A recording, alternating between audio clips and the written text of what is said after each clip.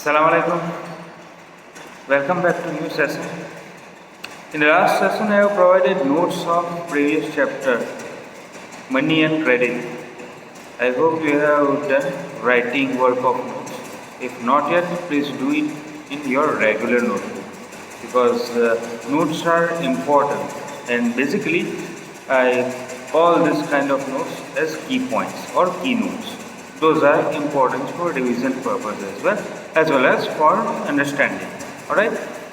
So before that, if you remember, we have discussed about impact of globalization in India.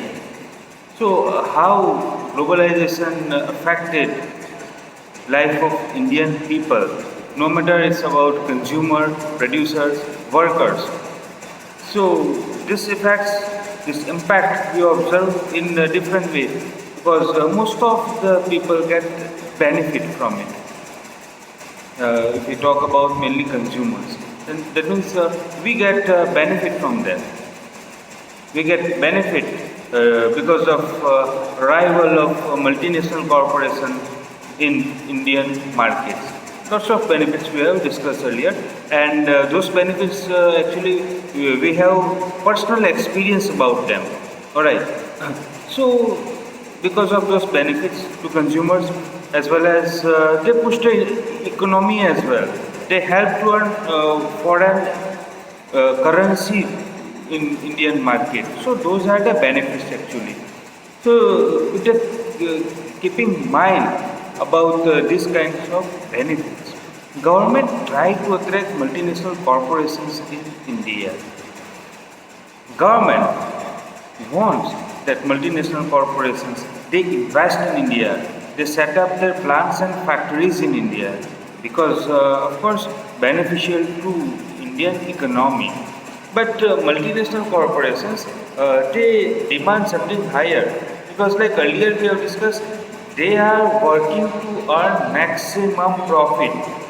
They are exist to earn maximum profit, and they always try to maximize their profit.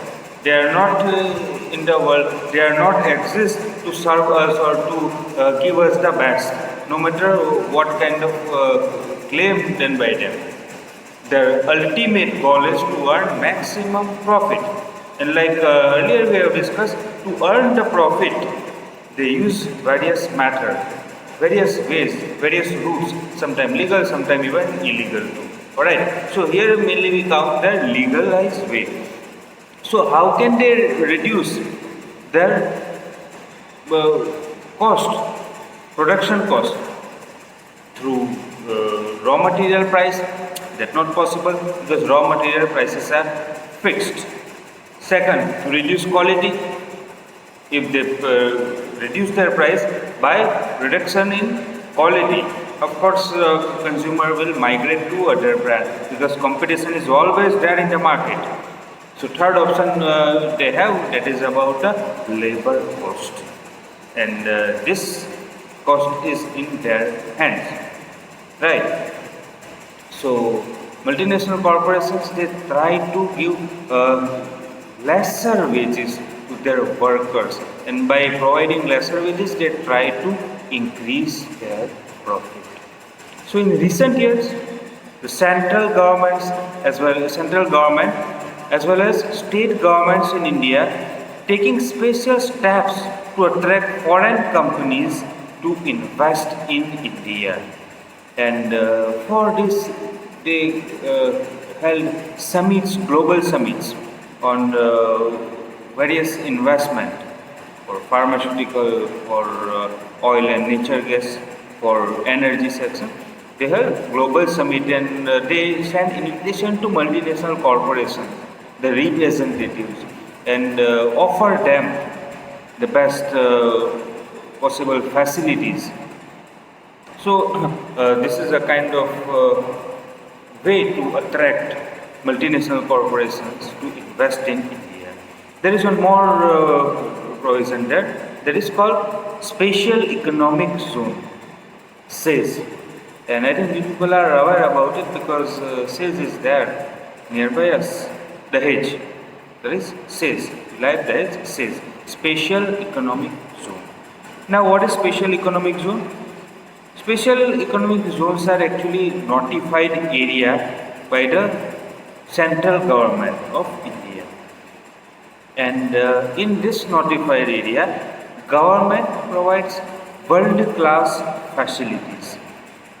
Facilities including road and other means of transportation, banking, insurance facilities, water supply, electrification, right, waste management.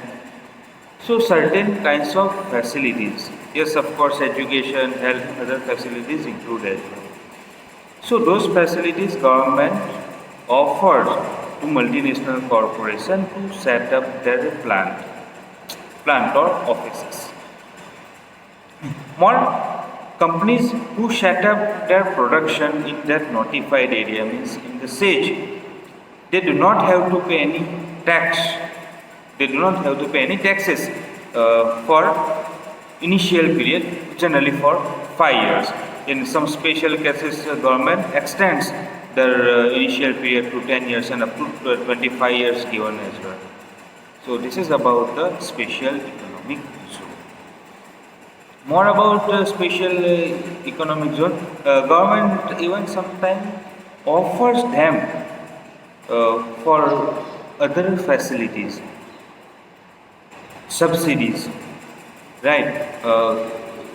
Well set up transportation, including super highways or national highways, state highways, 6 lane state highways, as well as connection of railway to the special economic zone, as well as well connected airports and ports.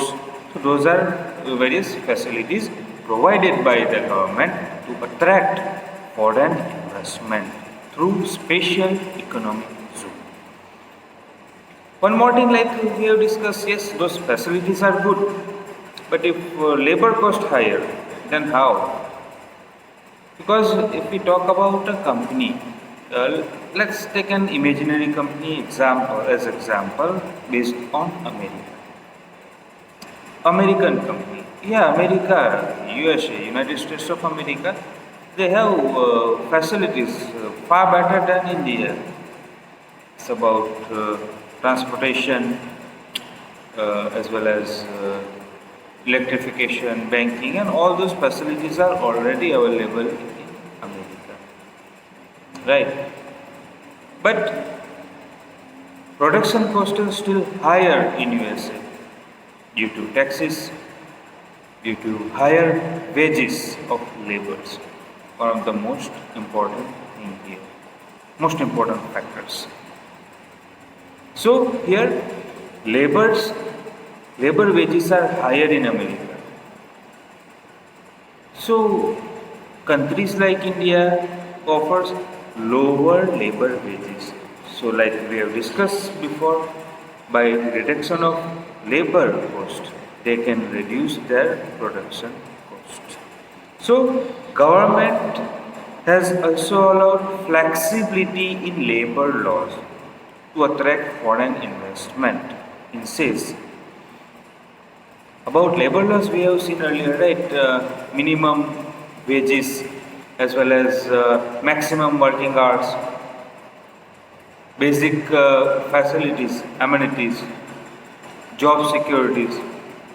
Such kind of facilities we have seen, and those facilities are actually offered by the organized sector. But in case of such special economic zones, government give them relief from this. They no longer required to provide those services. Those services are no longer mandatory to provide for multinational corporations in special economic zone. So, in the recent years, the government has allowed company to ignore many of these. So instead of hiring workers on regular basis, companies hire workers on flexibility for short period when they are in increased pressure of work in peak seasons like. So when they need to hire workers after their work done, they relieve them from the job. And instead of for permanent workers, they prefer worker on temporary basis. Sometimes we call probation period. Sometimes we call in local language we call them temporary basis. Permanent job or temporary job? Such kind of question if you have heard before. Right. Permanent means that is bounded for lifetime on terms and conditions. And temporary means employer can give them relief from work anytime and even sometimes without the reasons. So such kind of provision given by the government, such kind of rights given by the government to attract foreign companies in India. So this is actually yes beneficial, lots of benefit to the multinational corporations. At the same time, harmful for the worker. If we check worker side, there are drawbacks to that. Now they begin to suffer due to such kind of flexibility in the labor laws. So this is done to reduce cost of labor for the company. However, still not satisfied, foreign companies are demanding more and more flexibilities in labor laws. So, by one side, foreign investment seems a great thing for the Indian economy, but if we look at the dark side of it, there are many drawbacks as well. Because if we think about the foreign company, foreign multinational corporation, when they set up their plants in India, they use our local resources, including air, water, and other raw materials. They utilize human labor. They release pollutant in environment, including air pollutant as well as soil and water. We have to bear all those things. And in reality, what do we get? What are the benefits to us? Personally, I can't see any benefit for me as well as for you. As we know that so many companies are there, hundreds of thousands of companies are there around Bharuch, including this special economic zone, as well as the well-known industrial estate of Ankleshwar. What kind of benefit actually do we get? Yeah, one benefit we can count employment is there. But in employment, we know there are certain provisions are there, like flexibilities in labor laws and other things. So actually, such kind of employment is not beneficial as much as it should be. So personally, there are no benefits to us, but actually those are harmful to us. So that we have to decide that it's time to think that this foreign investment is always acceptable, always beneficial to us. In my opinion, as I have said, not always. In certain terms and conditions, in certain situations, foreign investment is welcome. We have to try to attract the foreign investment, but not in all the cases. We have to check other dimensions as well. To understand it, to see it the dark side, to check its drawback. Let's see few of the cases here. There are few cases. One case here on producer side. So when multinational corporations enter in the local market, what other impacts which are not visible to us? So to understand this, let's try to take one case study given here. Here about an industrialist named Ravi. So Ravi did not expect that he would have to face crisis in such a short period of his life as an industrialist. Ravi took a loan from the bank to start his own company producing capacitors in 1992 in Hauser, an industrial town in Tamil Nadu. Capacitor, you know, right? You generally use in electronic appliances. So, capacitors are used in many electronic home appliances including tube lights, television, refrigerator, and many others. So, within 3 years, he was able to extend production and had 20 workers under him. Only a short period of time of 3 years and 20 workers. That means good, very good progress of him. But let's see what happened next. His struggle to run company started when the government removed restrictions on import of capacitors as per its agreement on WTO in 2001. WTO pushed the government, and on agreement, those barriers, restrictions were removed. Liberalization policy. So through liberalization policy, such barriers were removed in 2001. So cheaper, more efficient capacitors arrived in the local market. First. Second, before Indian manufacturers were there, those who produce televisions as well as other electronic appliances. Now, those electronic appliances began to import from China. So, effects of it, his main clients, the television companies, used to buy different components including capacitors in bulk to produce televisions. However, competition from the multinational corporations brands forced the Indian television companies to move into sampling activities for MNC. So as multinational brands entered in the Indian market, people prefer multinational brands, and local manufacturers had to face stiff competition with the multinational corporation, and they couldn't survive longer with this competition. So they found a way.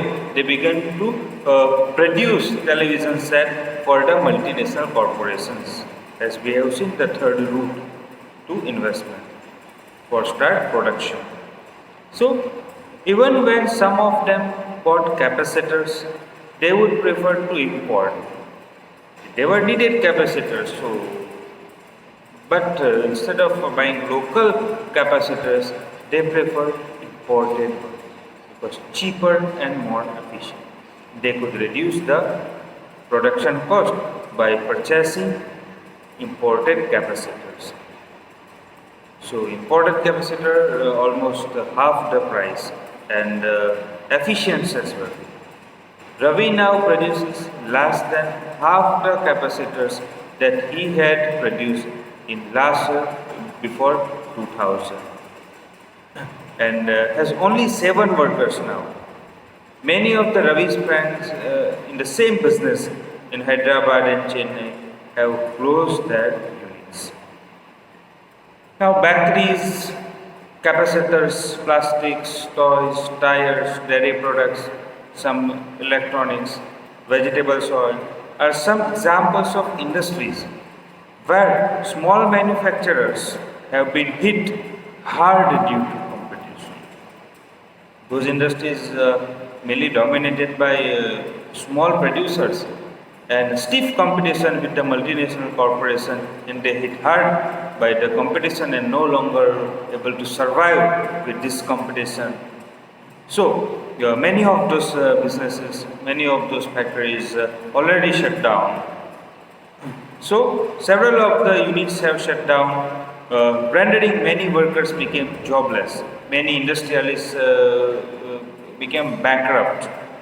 So the small industries in India employ larger number of workers, more than 20 millions, as we have seen earlier. After agriculture sector for India, small scale industry sector is the second important sector in India. And due to the competition with the multinational corporations, this sector, small scale industry sector, that hit hard. So here difficult for us, that is a question mark for the globalizations, that is it really beneficial to us or that is harmful to us. So we have to check other facts as well, other dimensions as well, to understand globalization in the better way. So here there is one case, there is one more case study of workers. We will check that impact on workers, and with the struggle for the fair globalization, we'll finish this chapter by tomorrow. Thank you so much for watching video. Stay